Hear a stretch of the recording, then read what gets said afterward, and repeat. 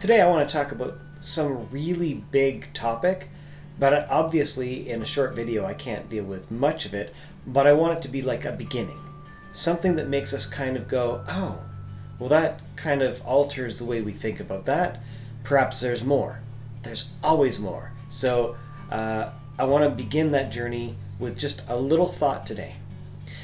As a science teacher and a Christian, I get an awful lot of questions about, well, do you believe that the Bible's true? If so, then how do you connect the things you believe scientifically with the things you believe about God? And honestly, it's not really difficult at all because God created science. Therefore, if God created science, there's no discontinuity between God and science. So from that framework forward, then we can discuss things and look at things rationally. And I never ever advocate for looking at things without evidence. Okay, so knowing that God and science doesn't have a discontinuity between that, how does that change the way we look at the things around us, how we treat each other, how we have love, how we have compassion, and how we know our place in the universe?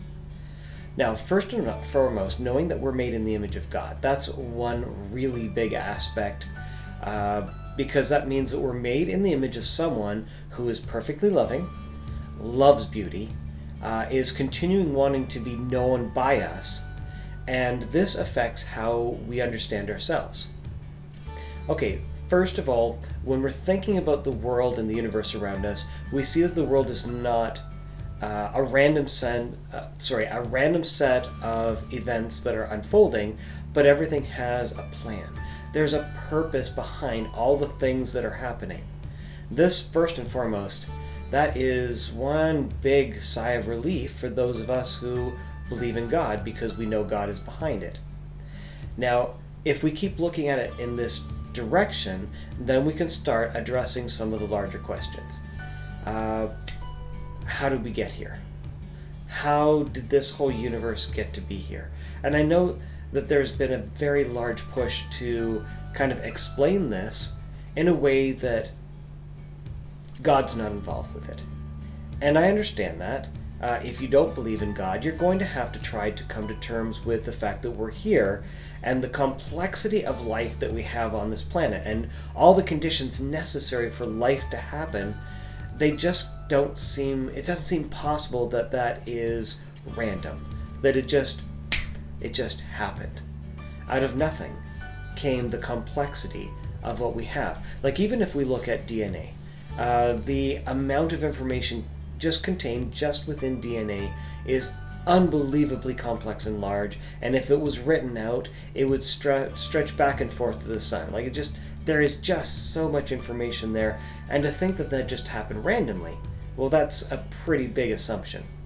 Okay, so let's look at the one big one that science likes to be pushing right now, and that is evolution. So the theory that we all got here by a bunch of random mutations that slowly evolved because of pressures in the environment. Now, there is this thing called adaptation, which is very easily viewed, very easily explained, and it's reproducible, and that is a change in a population because of some environmental factor that allowed one thing to survive better than another.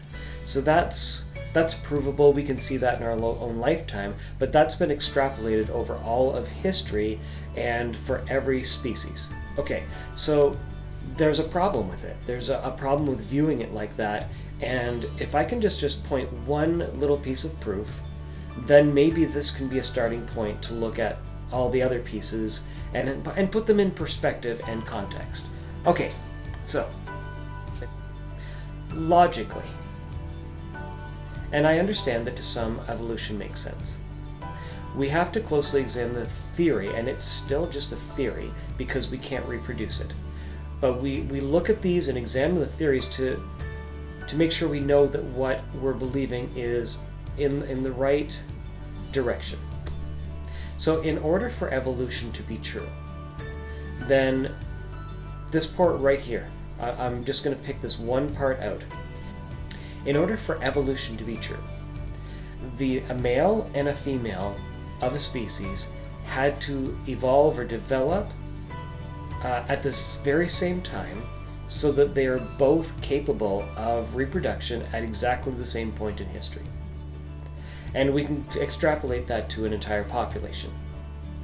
That is a fairly large statement when we start to consider all the particulars. For example, not only would the male and the female cell, sperm and the egg, would have had to have been developed separately and be ready for them to interact, but the whole process of them interacting and sharing the 23 chromosomes on one side, 23 chromosomes on the other side, and they would have to combine perfectly. So that process would have had to evolve at the same time there was a male and a female, that the sexual process would also had to have been developed at the exact same time. Like, I hope you're starting to see that the coincidences of these things all getting ready and being ready for the very first sexual reproduction seems highly unlikely. And then to have both the male and the female ready, there's a huge leap in logic in order for that to think about that. Not only that, but all the different aspects of pregnancy would have had to have been ready to go for the very first pregnancy in that species. Like, does that actually make sense? Evolution would say this happened over millions upon millions of years by chance, by random mutations, etc.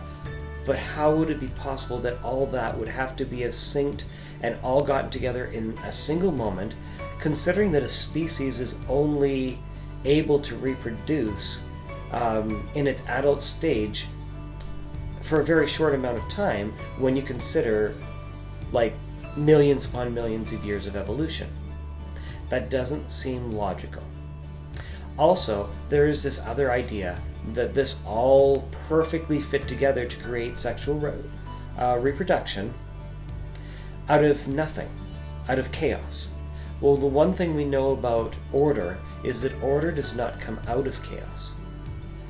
Chaos can come out of order, but you don't get order coming out of chaos.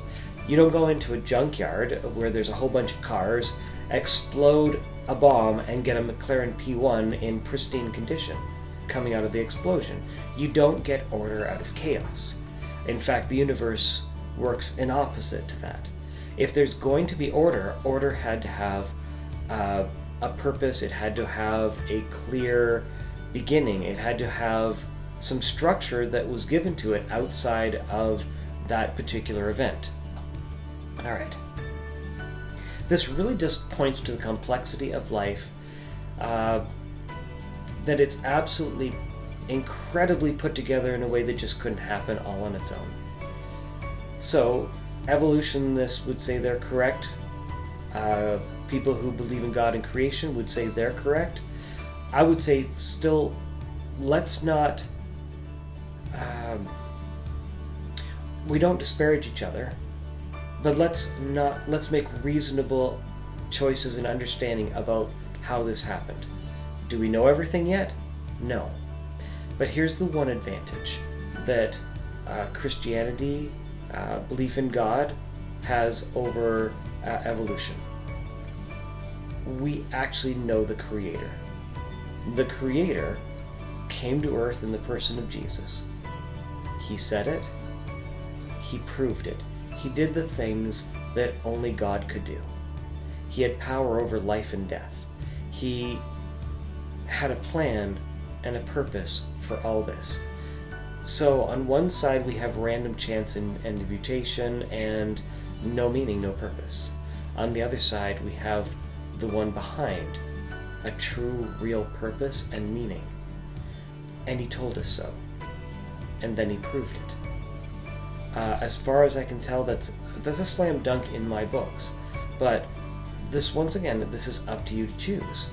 But don't choose blindly because a textbook says so, or you went to a website and that website sounded convincing. Always be continuing to understand and research.